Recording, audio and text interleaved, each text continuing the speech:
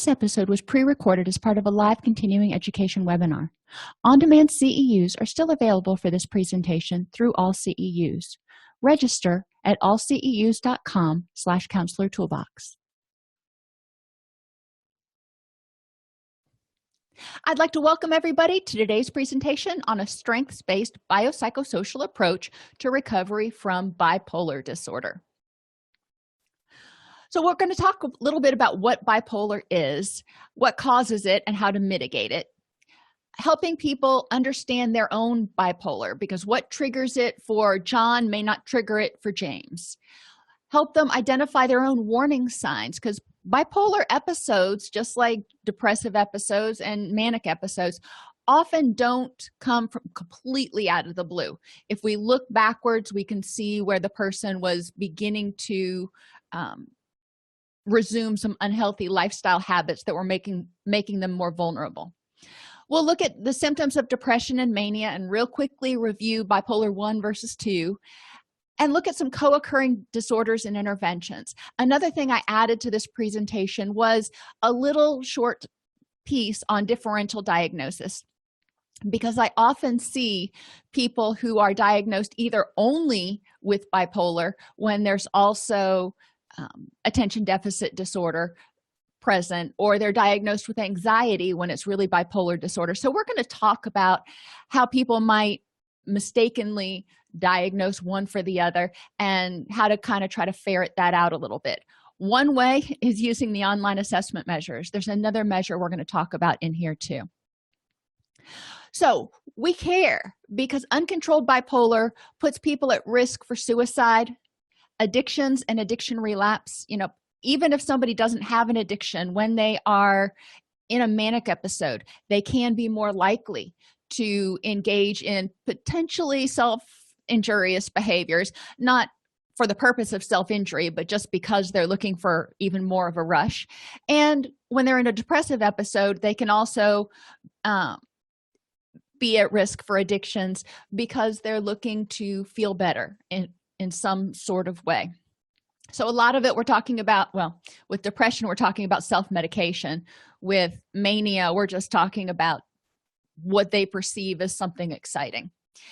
And people often in manic episodes engage in extreme risk-taking behavior. We don't want our clients to go down any of these paths, so we want to be aware of what might trigger it.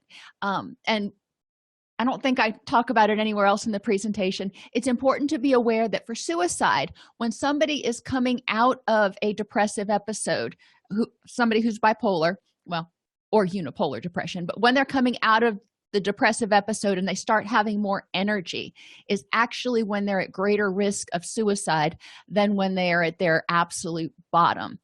Not saying they're safe at their absolute bottom, but we don't want to get complacent when somebody starts feeling better and assume that they're out of the woods. Poorly controlled bipolar disorder can leave people feeling hopeless and helpless. If they have bipolar I, and they have at least a full-blown manic episode, but maybe more, they may not mind that. They may, because it disrupts their life. The depressive episodes tend to be when patients usually present when they've got bipolar disorder. So we want to look at what's going on with them and help them see how the bipolar disorder disrupts their life, because that can go a fair way to encouraging medication and treatment compliance.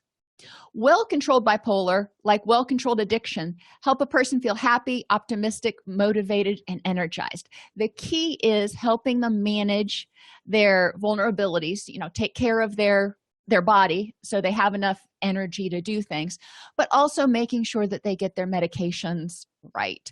Some of the mood stabilizers can be flattening and make people feel more exhausted. And it's important, it's vital that they openly communicate with their psychiatrist or physician about the medications if the side effects are so significant that it's impairing their quality of life, which means they're likely to be medication non-compliant. So we want to make sure that if they're feeling too flat, that they talk it over with their medication provider. Bipolar disorder is a brain disorder. Sometimes with like depression, we can look for situational causes. For anxiety, we can look for some situational causes. We can look for some cognitive stuff. We know in bipolar disorder, there is something going on in the brain that causes unusual shifts in mood, energy, activity levels, and the ability to carry out day-to-day tasks. Many very successful, well, let me go back to that. So just to be clear, generalized anxiety, panic disorder, depression, they also can have a brain organic component to them, but not always. Sometimes you can have those from a situational cause, whereas bipolar disorder, we know that there's something that's not quite right with the balance of the neurotransmitters for most people with bipolar. Okay, so who has bipolar? Lots of people. You'd be surprised. Mel Gibson, Demi Lovato, Axl Rose, Britney Spears, Jean-Claude Van Damme, Mark Vonnegut, and Amy Winehouse, to name just a few that I came across, doing some internet research. Lee Thompson Young and Robin Williams were also both quite successful and revered in their fields, despite, if you want to call it, losing their battle with bipolar. So why do I bring that up? Because a lot of times people, when they are given a diagnosis of bipolar disorder, feel very isolated, feel very unique. And I want them to realize that there are a lot of really successful, awesome people who have bipolar disorder. Once it's managed, then people can live a stereotypical life. I work really hard to avoid the word normal, because what's normal for one person may not be for another. But we want to look at, they can live a very high quality, active life. Bipolar disorder is caused by imbalances in neurochemicals, especially dopamine, serotonin, and norepinephrine. The imbalances could be genetic or triggered by sex hormone changes or stress hormone changes. So they may be at a steady state, but when there's a particular stressor, some sort of change or other thing, and it depends on the person, it can throw those neurotransmitters out of balance enough that it causes either a manic episode, a hypomanic episode, or a depressive episode. More than 1 in 50 adults are classified as having bipolar disorder in any 12-month period. So I encourage people, when they're walking around the store, when they're walking around the grocery store, when they're at church, when they are sitting in a meeting at work with 50 other people, at least one person in that group has bipolar disorder or will be diagnosed with it in the year. I want them to recognize how common it is. I want them to start looking around and thinking, when they're driving down the road in rush hour traffic, every 50th car they pass, somebody in those 50 cars probably had bipolar disorder. To help them realize, again, it's not a weird diagnosis. It's actually pretty daggum common. Among patients seen in primary care settings for depressive and/or anxiety symptoms, 20 to 30% are estimated to have bipolar disorder. A lot of times, primary care physicians misdiagnose bipolar disorder as either generalized anxiety or unipolar depression. So it's, 80% of the time, 70-80% of the time, they're right. But the other 20 to 30%, you've got this person who is going to continue to struggle and get really frustrated because the treatments for generalized anxiety and depression are generally SSRIs, and SSRIs can trigger manic episodes, can make the mood lability worse. Bipolar disorder is still under-recognized primarily due to misdiagnosis as unipolar depression. And that's not just in primary care. That's also in, our field. Because if we see somebody who has unipolar depression, they may not have had a manic episode yet. Likely they have, but they may not have had a manic episode yet, or they may not report it. Or if it's a hypomanic episode, they may not really note that as something problematic.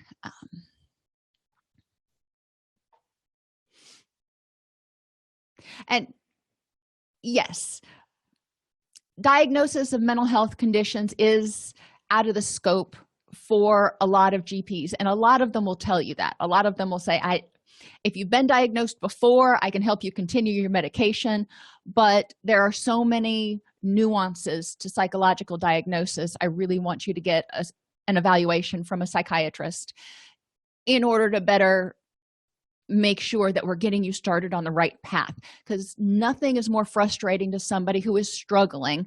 And again, generally they present in a depressive episode. Nothing is more troubling for somebody who's presenting and struggling than getting on medication and not feeling like it's working. One of the things they see, and I'm jumping ahead of myself, is when somebody who has bipolar disorder is started on an SSRI. One effect could be to set off a manic episode. Another effect could be to have really rapid improvement. And it takes 4 to 6 weeks for the SSRIs to really get in there. But they tend to have really rapid improvement in days.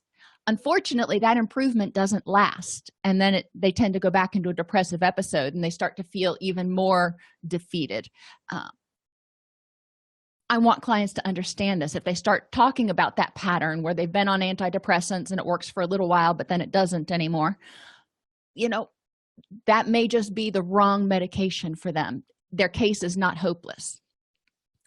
So we know the symptoms of depression: apathy, feeling down, empty, hopeless, low energy, decreased activity, sleep changes, worrying, difficulty concentrating, forgetting things a lot, changes in eating habits, and feeling tired or slowed down. And how is this different than low energy? I've had clients ask me this before. And the way I try to differentiate is energy is your desire to get up and do things and feeling like you can. When people are feeling tired or slowed down, it almost feels like they've got a 50-pound rucksack on their back, or their arms and legs feel like they're just lead, and it is exhausting to even get up and walk across the room, go to the kitchen, go outside. So there's a difference. There's energy to do things, and then there's just feeling like you're filled with cement. Mania. People feel very up, high, or elated. Now, after people come out of a depressive episode, even unipolar depression, there's a period of mild, very, very mild euphoria. And we don't want to mistake that for hypomania or mania. They're just feeling good. They're like, oh my gosh, I see the sun again. I see colors. How awesome is this? And then, it kind of levels out, but you don't have a crash. It's just kind of a really good and then contentment. People in a manic episode have a lot of energy and increased activity levels. They often feel jumpy or wired, like they can't settle down. They want to sometimes, but they can't. They're wide awake and they're just looking for something to do. They have trouble sleeping, may talk really fast about a lot of different things. So they're jumping around. And when we talk about ADHD in a minute, we're going to talk more about these symptoms. They may be agitated, irritable, or touchy. Not everybody who's manic is in a good mood. So they can be manic, but really agitated. They feel like their thoughts are going really fast and think they can do a lot of things at once. People, especially in a hypomanic episode, often find themselves taking on 3, 4, 5, 6 projects and not being able to complete them. When they come out of their hypomanic episode, they're like, oh my gosh, what did I get myself into? But there's no sense of time in a manic or hypomanic episode. And they can, especially in a manic episode, engage in risky and reckless behavior. So mixed bipolar includes symptoms of both manic and depressive symptoms at the same time, which can be really confusing to clients. They're up, they feel like they're wired, but they're flat. They have apathy and just that lack of pleasure in anything. They may feel very sad, empty, and hopeless, and energized. Bipolar I. Now, the big difference is bipolar I has at least one full-blown manic episode. If there hasn't been one full-blown manic episode, then we're going to look for bipolar II, where you have hypomania and major depressive disorder. Bipolar I can have either major depressive disorder or persistent depressive disorder. So the big difference is if there's a manic episode, they're number one. Bipolar I patients experience depressive symptoms more than 3 times as frequently as manic or hypomanic symptoms. So yeah, when they hit a manic or hypomanic period, it's not a wonder they feel pretty good and they don't want it to go away if they experience it 3 times more often. Bipolar II patients experience depressive symptoms approximately, hold your horses, 39, that's not a mistake, 39 times more often than hypomanic symptoms. So people with bipolar II can have 39 depressive episodes before a manic episode. Now, unfortunately, the body is not that consistent where we can go, okay, 38, 39, you're due for a manic episode. But we do know that both types of bipolar, depression is experienced a lot more frequently than mania or hypomania. So common misdiagnoses: generalized anxiety disorder. How do you differentiate? Because some people, when they get anxious, they get really revved up and they feel like they're wired and they can't sleep. The goal-directed activity in generalized anxiety disorder is often related to an anxiety theme, like if they think that there's a problem with their finances, or if they're, whatever they're worried about. Their activities and their thoughts generally race in that direction. They're not all over the place. They're pretty directed in more or less. And their mood is often irritable and energetic versus elated. Now, again, just because somebody is irritable doesn't mean it's anxiety. We want to look specifically at what is causing the sleep disruption and what are the themes of the thoughts that the person is having, the racing thoughts. Because if something's going bad at work, you hear there's going to be layoffs, somebody can get really anxious and go, well, if I get laid off, then I'm going to lose my job. If I lose my job, then I'm not going to be able to pay the house payment, and I'm da and go in this rapid cycle of catastrophe and get themselves all worked up and then not sleep. Then they start trying to figure out, okay, what do I need to do in order to make sure I can pay the house payment? What do I need to do to make sure I can do this? So anxiety disorder, pretty focused. ADHD, approximately 60 to 70% of people with bipolar disorder also have ADHD. And 20% of people with ADHD have bipolar disorder. So you can draw your own Venn diagram if you want. The take-home message is we don't want to assume that they're mutually exclusive, because if you've got somebody with bipolar disorder, you can get that controlled. But then if they've still got the ADHD symptoms going on over here, they're going to often feel frustrated. Now, what's the difference? People with ADHD often have hyperfocus. That's one of the hallmarks. This may happen on deadline pressure or when wrapped up in a compelling book, project, or video game. And so you can see where there's a trigger for it. Hyperfocus may cause a decreased need for sleep and look like increased goal-directed activity, but is often short-lived in people with ADHD who feel exhausted when the hyperfocus fades. So we want to look for, number one, was there something that triggered this hyperfocus? It could be a video game, could be a really awesome book, or even a Netflix marathon, whatever it is. And once that hyperfocus faded, did they feel exhausted? If so, we're probably looking more towards ADHD than bipolar. A manic episode is independent of external circumstances. It's not where somebody gets a project and it sends them into a manic episode. There's a lot less control and predictability in people with bipolar disorder. And people with bipolar often want to go to sleep or relax, but describe feeling as if they can't wind down, which can go on for a week or more. So we're looking at duration, we're looking at what triggers it. If they report, let's go back to here, sometimes having manic episodes that there was no trigger and they lasted a long time, but they also report manic goal-directed activity under deadline pressure, or they can have all these symptoms, which means you're looking at ADHD and mania or bipolar disorder together potentially. In ADHD, people often interrupt or talk too much without noticing because they miss social cues or because they lose focus on the threads of a conversation because their mind's going 6 ways till Sunday. I had a friend of mine one time who had ADHD. She was in graduate school with me, and she gave a presentation on it one time. And we were talking, and she was presenting. And as she was presenting, somebody started flicking the lights on and off.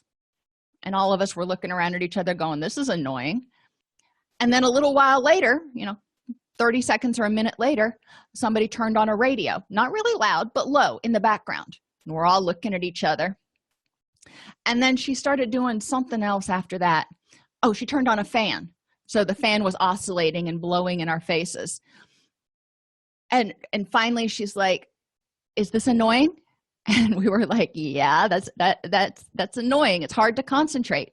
And she said, this is what life is like for somebody with ADHD many times, because we have difficulty filtering out what's important to pay attention to and what's not. So we're paying attention to everything.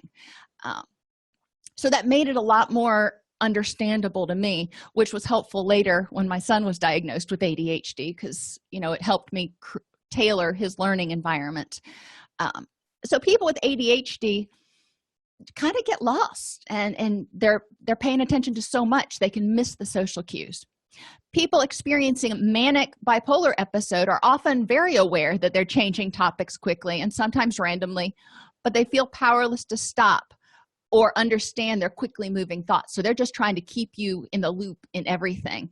And they may notice that you're getting uncomfortable or irritated or impatient, but they don't feel like they can stop.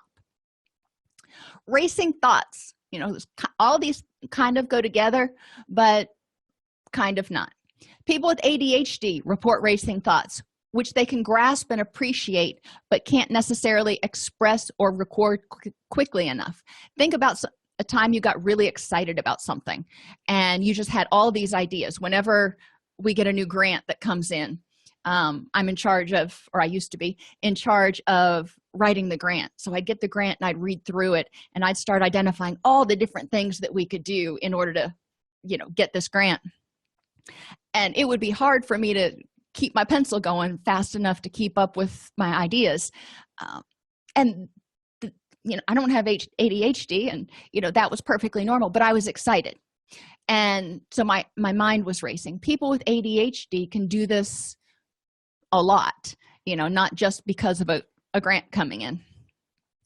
People with mania, the racing thoughts flash by like a flock of birds overtaking them, so fast that their color and type is impossible to discern. I loved this explanation, because it's just like you have this whole mass of birds coming in and then going out, and you didn't have a chance to even notice what they were. People with mania often feel that way. They can't grab any of those thoughts and hook onto them. They're just in and out. So helping people differentiate, make sure that if they've got anxiety and bipolar, if they've got anxiety and ADHD and bipolar, bless their hearts, that we're attending to all of their presenting symptoms and issues. So what do they do to treat bipolar? We're going to get down into that in a minute. Sorry, got ahead of myself. Things that can trigger a bipolar episode. Medications. Antidepressants, as I said, can propel a patient into mania. Captopril, which is an ACE inhibitor, something that's used for high blood pressure, can also trigger a bipolar episode. Corticosteroids, certain immunosuppressant medications.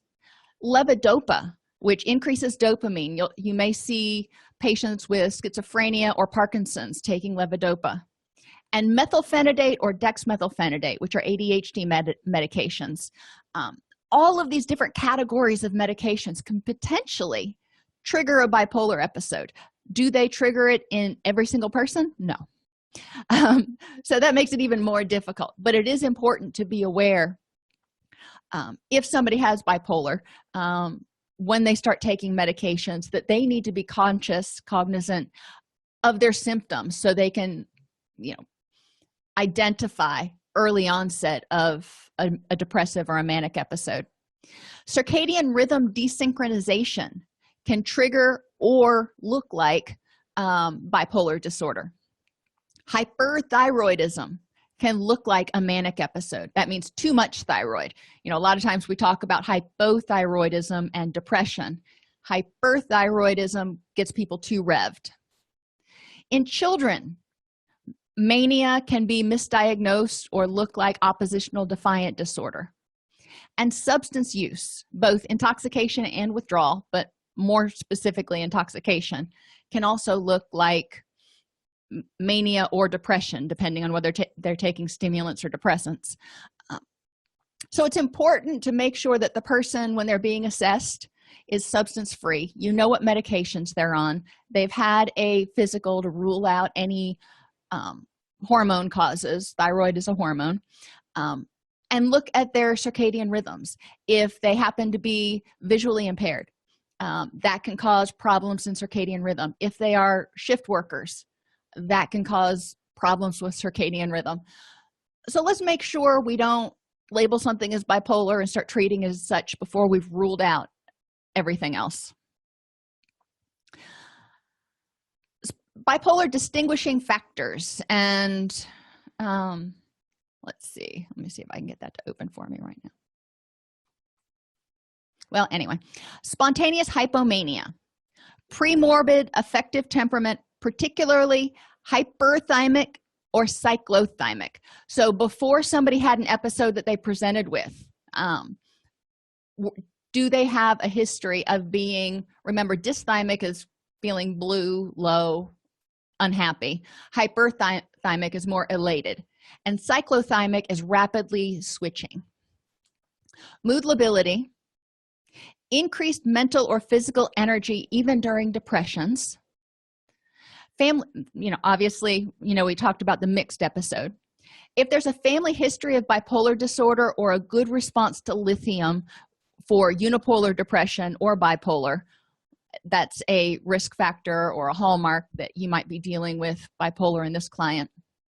If they have treatment emergent hypomania, mania, or mixed states, so as soon as they start medication treatment, generally SSRIs, they have an uncharacteristically rapid response followed by a crash again.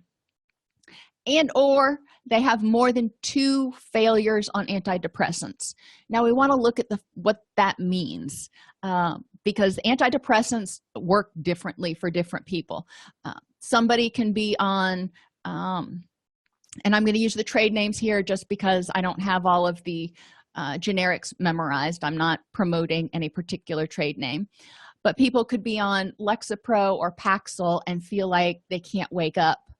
People can be on Prozac and feel like they've got more energy. Some people are on Zoloft and don't feel any energy change. Some people feel lousy. But antidepressants, we want to look at what the failure means. Did it fail to improve the mood, or were the side effects so bad that the person had to switch? If it was the side effects, that's not really classified as a failure because the person wasn't able to stay on it long enough for that antidepressant to really get in their system. Now, I do want you to see the mood disorders questionnaire. And that's in this article here. But there are all of these questions that you can have people just complete at assessment, and it helps you identify if they've had a manic or hypomanic episode. So, have there ever been a period of time when you were not your usual self and you felt so good or hyper that people thought you were not your normal self? You were so irritable that you shouted at people or started fights. You felt much more self-confident than usual. You got less sleep than usual and found you didn't really miss it. You were much more interested in sex than usual. Spending money got you or your family in trouble. You can go through all the rest of the questions, and they identify yes or no to each of these. Once they do that, if they did check yes to more than one of the above, have they ever happened during the same time period? If yes, then again, we're probably looking at one of the bipolars. And finally, how much of a problem did any of these cause for you? And if it's a minor problem, then we may want to look for other things. This does not diagnose bipolar, but it is an excellent screening instrument to give you an idea about whether you need to look in that direction.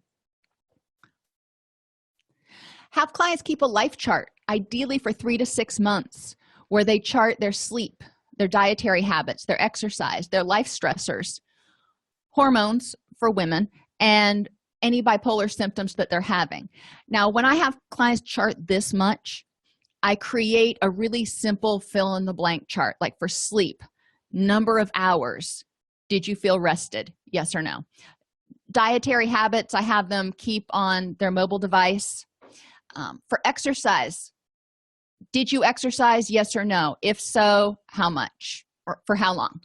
Really simple things so they can complete the chart in under 5 minutes. Otherwise, they're not going to do it. For the bipolar symptoms, I have check blocks. Did you feel depressed? Did you have difficulty sleeping? Yada, yada.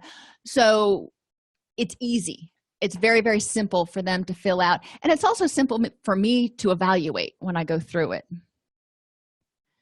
Encourage people to understand their bipolar, because everybody's presentation is going to be a little bit different. Have them identify, are there cognitive patterns, negative thinking patterns that contribute to their depression? And if so, how did they handle those? In the past, when they felt depressed, how did they change their thinking, or what did they do to help themselves be a little bit more optimistic? And also looking at cognitively, what have they got going for them? Are they intelligent? Are they creative? Are they, build on those. If somebody is creative, I'm not. So it's wonderful to see creative people. But for somebody who's creative, one of the greatest things they can do to work with their depression is art therapy. It's very therapeutic for a lot of people. So find their strengths and use those to help them resolve their current presenting symptoms. Physically, encourage them to get adequate sleep, avoid opiate and sedative medications, alcohol, and any sort of over-the-counter herbs, including ginseng, SAMe, 5-HTP, without talking to their doctor first. Encourage them to eat a good diet. They may already be doing some of this. So, how much they change at one time is going to vary between the person and what they're motivated to change. Remind them not to change too much at once. Let's just do 1 or 2 things right now, and then you can work on 2 more things once you have those underway. Situationally, have them do a coping skills inventory to figure out how do they cope when things get stressful, and have them identify triggers for their bipolar. What types of situations make you feel depressed? What types of situations have you noticed might seem to trigger a manic episode? Some people, when they get really stressed about something, there's that anxiety. The stress of that and having the HPA axis activated can trigger a manic episode for them. So encourage them to, in their chart, they're going to be keeping track of what might be contributing to triggering and mitigating bipolar symptoms. So if they're getting good sleep, eating a decent diet, their life stressors are pretty low, and they're not having any symptoms, well, we know what they can do. Interpersonally, have them identify supportive friends. Help them learn about interpersonal behaviors that trigger them and ways to deal with those interpersonal behaviors. So if when somebody tends to be in a manic episode or even in a depressive episode, if they tend to be irritable, have them look at what behaviors trigger their irritability, trigger their anger, and figure out a plan to deal with it in order to minimize the impact that being on one end of the spectrum or the other mood-wise might have on their relationships. Anger is normal. Irritability is normal. Don't get me wrong.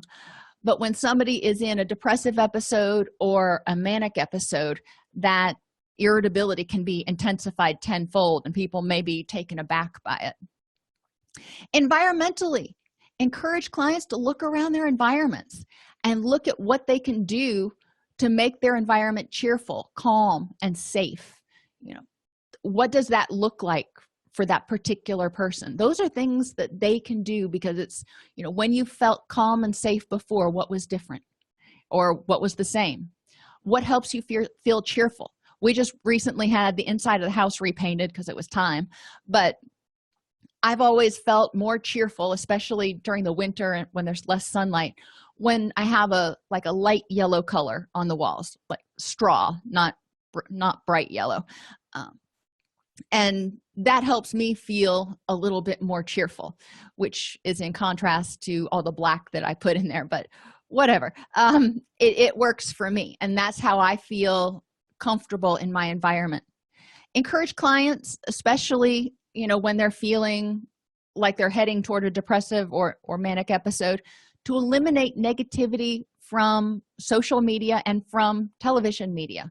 If it stresses them out to watch the news, do they have to watch the news? What'll happen if they go for a month without watching the news? And in their real life environment, encourage them to try to eliminate as much negativity as possible.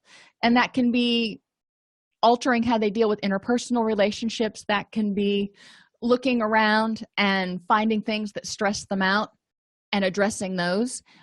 There are a lot of different things, but we want to look at it biopsychosocially. For mania, we still want to build on strengths, encourage them to become aware of any medications they're taking and how those medications affect them. This can include stimulants, thyroid medications, SAMe and 5-HTP. Encourage them to avoid stimulants when possible and don't combine them with caffeine. If they put ephedra, for example, in combination with caffeine, that used to be a really common combination in pre-workout supplements, that can really get somebody revved up.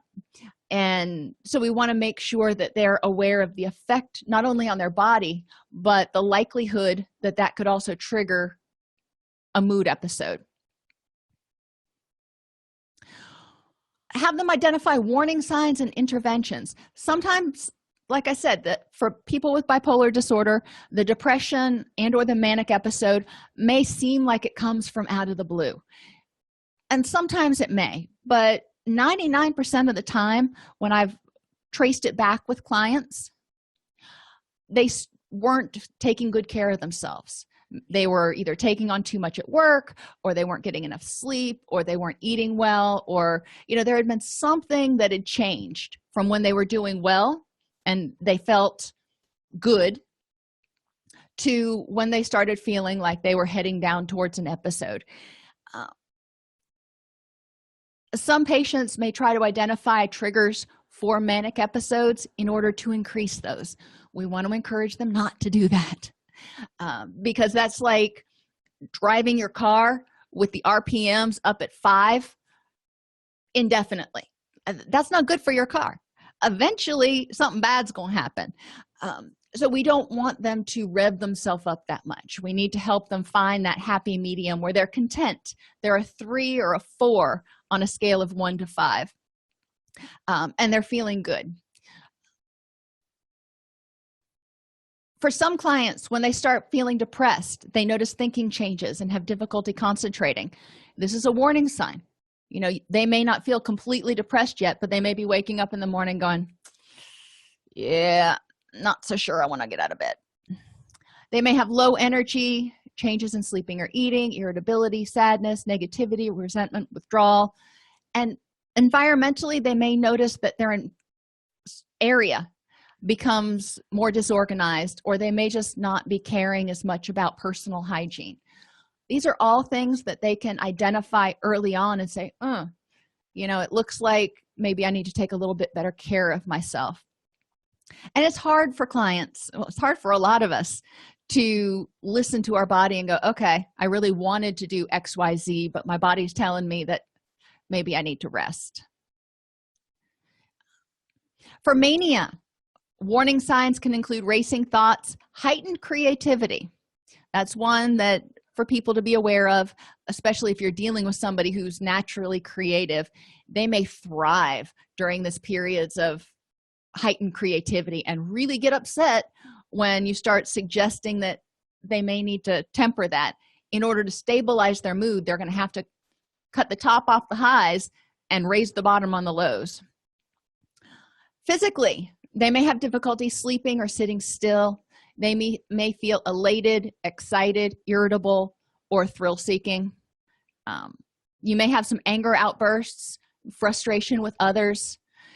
And environmentally, what I've seen with patients, especially with full-blown mania, it really varies on what they do. Sometimes they are cleaning like crazy, and other times it looks like a whirlwind absolutely hit the room.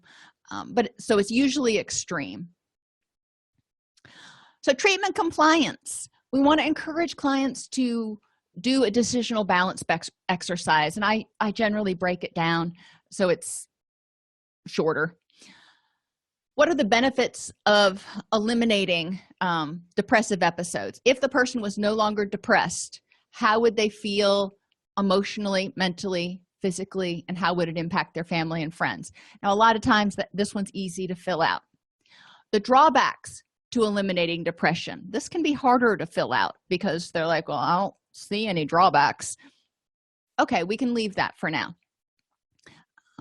Sometimes patients come to the awareness that if they're no longer depressed, they may not get as much attention and people may expect more of them, which is really anxiety provoking.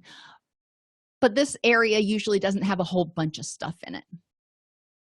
And then we want to ask them, what are the benefits of eliminating the mania? Emotionally, mentally, physically, and socially. This one's a little harder. Not as hard as the drawbacks to eliminating depression. A lot of times clients can see the benefits of eliminating the manic episodes because they don't have the periods. I mean, they have the highs and those are awesome, but they don't have the periods where they have the lows and they don't feel like they can do as much. They don't have the loss of time. They don't kind of come out of it and realize that they're completely overwhelmed because when they were in the manic episode, they took on 17 things. So there are a lot of things that clients may identify as benefits to eliminating the mania. But we also want to talk about the drawbacks to eliminating it because, like I said, for some people, that's when they're their most creative. And if they're a writer or an artist or a musician, this may be the time when they are feeling like their uber selves. So they don't want to get rid of it. And it's terrifying to them to think that they might not be able to tap into that. We can talk about ways to tap into their creativity when they're not manic. And, you know, there are techniques that they can use in order to get that focus that they so desire. But it depends on the person exactly what you're going to use. If we don't address all of these concerns about eliminating their mania, treatment compliance is going to be lower because people will they'll miss it. They'll miss it a lot and they'll want to feel that high again. So general techniques. Ask clients, how do you deal with it? Up until now, when you felt depressed, what have you done that's helped you feel better, even for 10 minutes or an hour or half a day? You know, maybe it didn't work the whole time, or it helped you feel, instead of feeling just devastated, you felt sad. You know, it helps you feel a little bit less intensely depressed. Build on that. Ask them what they're willing to do. Some clients are going to look at you and go, no, I'm not going to do that. I'm not going to do that. Keep your journal. No, not going to do that. Okay, so what are you willing to do? I tell my clients a lot of times, I'm going to suggest things that you may not think fit for you or work for you or you're not going to do. Well, I'd rather you tell me, number one, that you're not going to do it, and what I'm more concerned about is what you're going to do instead. If you don't want to keep the journal, okay, how are we going to be able to notice changes and find connections between your eating, your sleeping, your stress levels, and your mood episodes? You know, help me. Let's figure out a way that we can do this. And they may come up with something. You know, Basically, I state what it is that I want to do or accomplish and why it's important. And I say, is there another way we can accomplish this? When I work with clients in recovery, sometimes they don't want to go to 12-step meetings. Okay, if you're not going to go, then what are you going to do instead? Because you need to have some social support. You need to have something to do besides sit alone in your apartment from the time you get off work until the time you go to work the next day, because that's a dangerous period. Encourage clients emotionally to practice mindfulness, because it does prevent episodes from sneaking up. If they start feeling run down or tired or off, sometimes I hear that word, I just feel off. Okay, that's when you need to stop and check in with yourself and go, what's going on? How do I feel? What do I need? And mindfulness also encourages behaviors that prevent vulnerabilities. When people check in with themselves, they may say, you know what? I'm really tired today. I need to rest. And that's a good thing, because it keeps them from becoming vulnerable and potentially triggering an episode. Stress reduction. Encourage clients to identify and eliminate or mitigate stressors. So what stressors do you have? And they can write them down on a list. A lot of times, if I'm doing an individual, I'll have somebody write down on our big whiteboard all of their stressors. And then we go through them one by one and say, okay, can this one be eliminated? If so, how? And the client will start making a plan for how they're going to start eliminating stressors. If there's a stressor that can't be eliminated, maybe they don't get along with their in-laws, and periodically the in-laws come to visit or whatever. Okay, well, you can't eliminate that. So how are you going to mitigate that stressor? Before your in-laws come, what can you do? Or maybe it's less stressful if you go to their house instead of them coming to yours. So we talk about different things. We talk about time management, because in those manic and hypomanic episodes, people can take on too much, and then they feel a little overwhelmed when they're steady state, and they feel really overwhelmed if they're in a depressive episode. I do want to point out, and I think most of us know this, people don't usually cycle from a manic to a depressive to a manic like that. They can have a depressive episode and then be asymptomatic for anything for months, and then have another depressive episode or a manic episode. So it's important to recognize that most people who are bipolar don't rapidly cycle, and there are periods of remission or asymptomatology in between.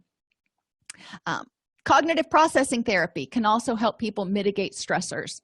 When they start feeling overwhelmed, encouraging them to identify what thoughts they're having that are contributing to them feeling stressed or overwhelmed, and then looking for the facts for and against that thought. If they're feeling like they've got too much to do, what are the facts for it? What are the facts against it? If they do have too much to do, then they need to figure out how to address it. But this helps keep people from getting stuck in emotional reasoning, where every time they feel stressed or they feel depressed or they feel anxious, they think there's something to be dysphoric about. Encourage people to identify their anger management triggers. They differ for everyone. They need to develop a plan for de-escalation and begin addressing their anger triggers to maintain control of their own energy. They need to identify if driving in heavy traffic stresses you out and makes you irritable and angry. Well, okay, how can you address those triggers? Maybe driving a different way, or maybe putting on your favorite music really loud in the car, or whatever it is that you can do to mitigate that anger. Anger takes a lot of energy. Everybody's energy is precious, but people with bipolar disorder, stress and excess energy drain can potentially trigger an episode. So we want to help them conserve their energy. So yeah, they're going to get angry about some stuff, but help them identify what's worth getting angry about and using their anger energy for, and how to deal with the rest of it, so they have more energy to enjoy life. We've been talking about the negatives, but let's look at the positive. They need to infuse happiness. Have them make a list of what makes them happy. and do more of it or be around it more. Encourage them to schedule a belly laugh every day. And there are Reddit forums, there are YouTube videos, there are places they can go to get a good old belly laugh. But it helps release endorphins and release some of the calming neurotransmitters. Have them keep a good things, silver lining, or gratitude journal. And it doesn't have to be prose. You can have them identify at the end of the day three good things that happened that day, or 3 things they're grateful for. Or when things go bad, they say, I got demoted at my job today. All right, well, what's the silver lining to that? You didn't get fired, and maybe you have less responsibility now. I don't know. But there are different ways you can approach it, but encouraging people to be cognizant and try to embrace the dialectics. There's going to be bad in life, but help them focus on the good to reduce dysphoria. Mentally, address cognitive errors, all or none thinking, focusing on only the positive or negative, using feelings as facts, and focusing only on a small piece. When something happens, maybe you turned in a group project and your boss sent it back and said, no, try again. Some people will take it very personally and focus only on the fact that the boss sent it back with feedback instead of, okay, it wasn't just me participating in this project, so all of us need to contribute to it again. And yes, it was given back to us, but we get a second opportunity. So it's looking at a bigger piece of the puzzle. Encourage clients to develop their self-esteem and view failures as lessons. Applaud courage and creativity, and nurture their inner child. I have an inner child. My inner child comes out a lot more than some people would really like to admit, or really like to see, but that's okay. On Saturday morning, it is not uncommon for me to be watching cartoons in the living room.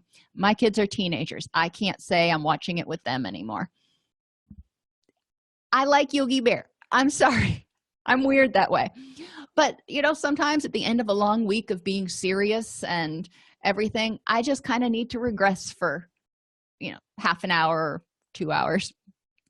Encourage people to nurture their inner child, and don't be afraid to be silly. Don't be afraid to laugh or do something goofy. Physically, encourage clients to increase exercise. It increases serotonin levels, reduces stress, helps balance hormones and neurochemicals, and may combat some medication side effects. Exercise is anything that moves the body. Gardening, cleaning, going to the gym, of course, walking the dog, playing soccer with the kids, anything like that. So what is it that they like to do, or at least they're willing to do? Nutrition provides the building blocks for the neurochemicals, so people need to have quality proteins. And a nutritionist friend of mine suggested always try to have 3 colors on your plate at every meal, and use a salad plate, which is smaller, instead of a dinner plate, because it tricks your brain into thinking that you're getting more food. As Americans, we tend to eat way more than we actually need. And try to avoid mindless or comfort eating. When people start comfort eating, a lot of times they're not being mindful. They're eating to deal with stress instead of acknowledging the stress and dealing with it. So yeah, they're infusing themselves with carbohydrates and fats and getting the serotonin and dopamine flowing.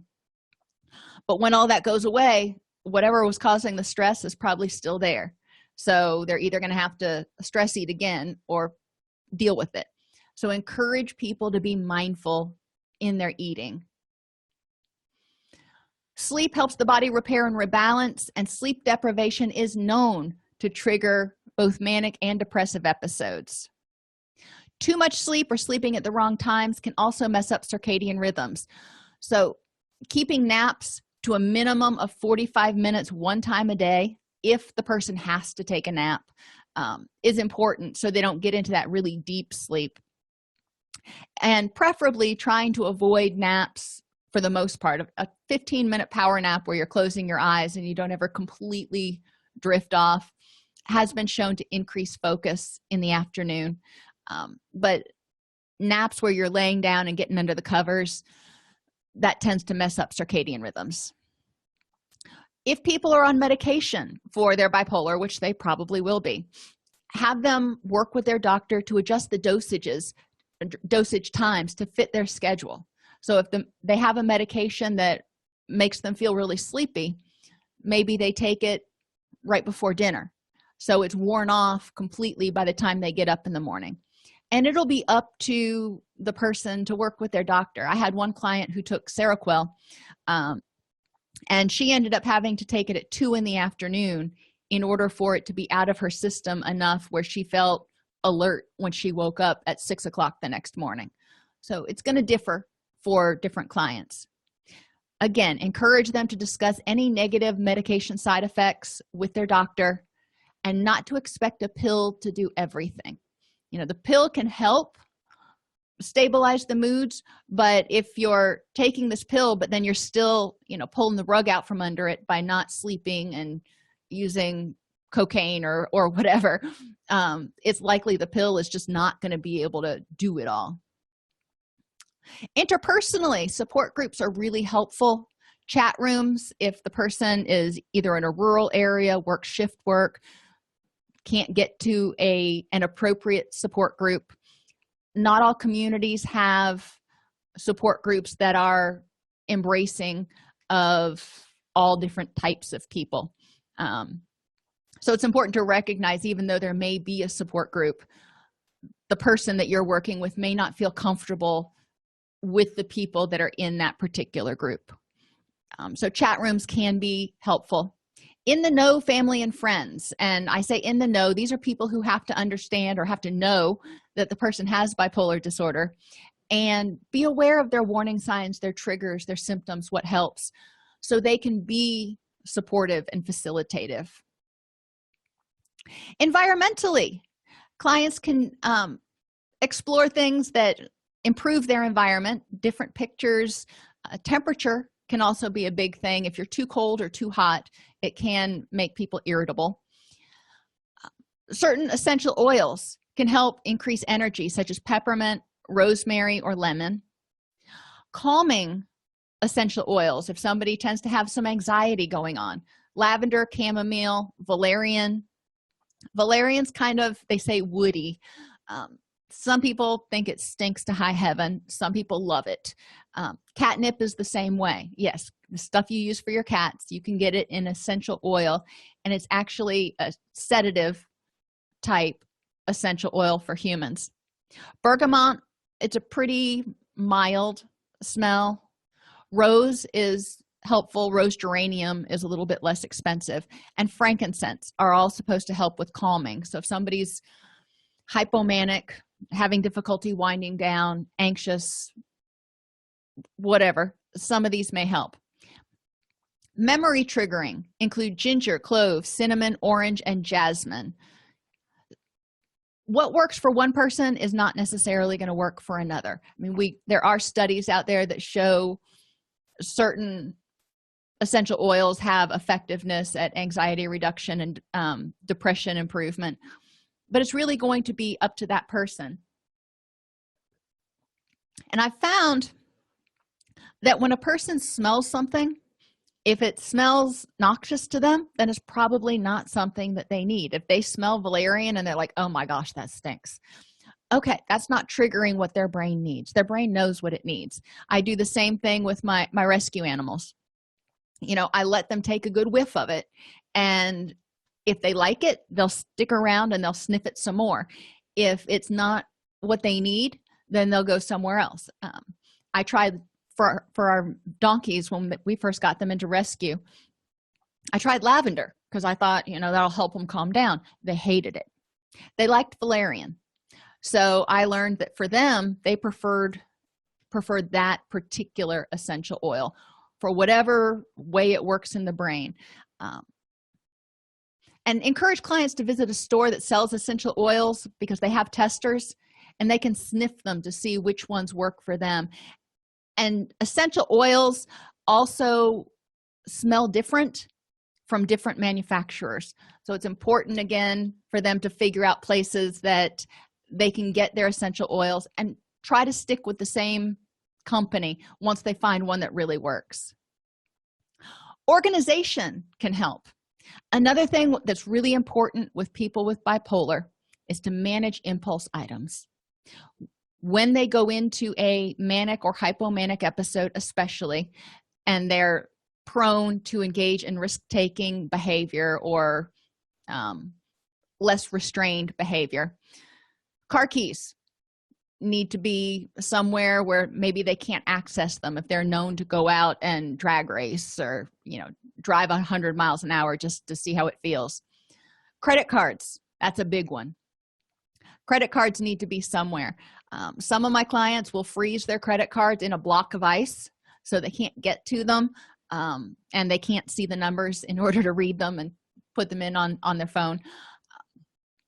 This can help prevent unrestrained spending, especially at 2 a.m. or something when the infomercials are on. Porn sites, if the client happens to have a attraction to porn sites, having those blocked because it's really easy to get sucked into those. Same thing with video games and alcohol and other drugs. Alcohol, a lot of people have in their house, so if this is a dangerous impulse item for somebody, making sure they have it locked up somewhere. So if they do and have a hypomanic or manic episode, they can't drink. Same thing with certain medications, especially the benzos and the opiates. If you can keep it locked up somewhere, all the better.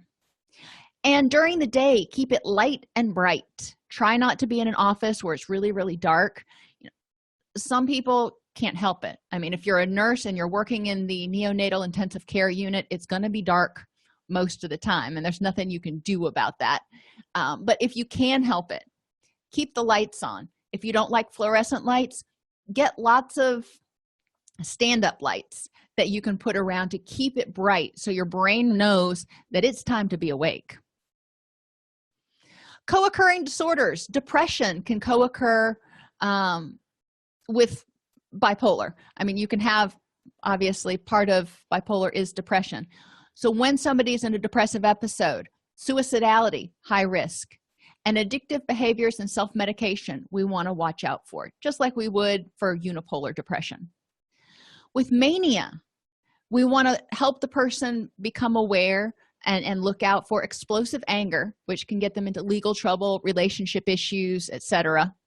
Heightened libido, which also can get them into legal trouble and relationship issues, etc. And any other risk-taking that they do, because when they're in a manic episode, it's like this is a bad idea filter is completely turned off, or it's switched on the other way and it's the let's try this filter. So helping them understand that when they're in that manic state, it's important to have safeguards so when they come out of it, they haven't done something that they're going to end up regretting or have to undo. So bipolar is caused by neurochemical imbalances, especially among serotonin, dopamine, and norepinephrine. The symptoms and presentation vary widely depending on the person. It's more important to address each symptom than to address bipolar as a whole. We want to look at what symptoms is this person presenting with and how can we help them manage those.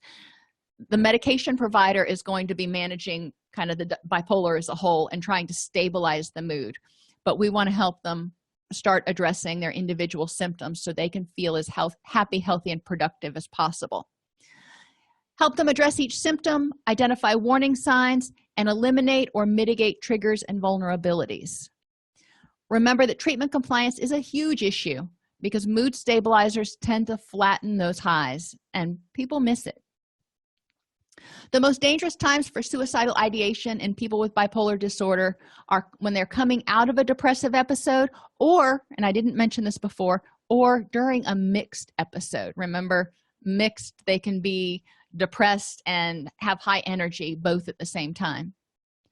Ensure people with bipolar disorder have a crisis plan, and people who interact with them daily who are aware of their warning signs and symptoms, because sometimes if they're not being mindful, and most of us are guilty of not being mindful all the time, sometimes these symptoms can creep up. So if they have people they interact with on a daily basis who are in the know and can say, you know, John, it seems like you're starting to destabilize a little bit, then John can take a look at it.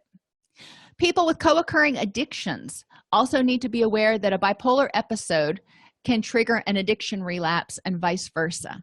So they need to be aware and have an extra special addiction relapse prevention plan for when their mood symptoms arise. If you haven't already signed up, please remember that addiction and mental health counseling and social work continuing education credits are available for this presentation and are accepted in most U.S. states, Canadian provinces, Great Britain, Australia, and South Africa. Go to allceus.com/counselor toolbox and click on the link Counselor Toolbox CEU spreadsheet to easily locate the course based on this presentation.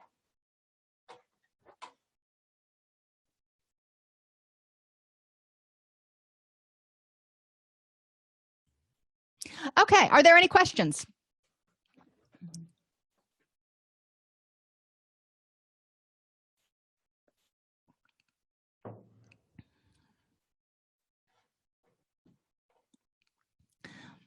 Now remember, we're not having class tomorrow, but we're having class on Thursday, and that is just chock full of stuff that I've never actually presented before, so there is no repeat possible there.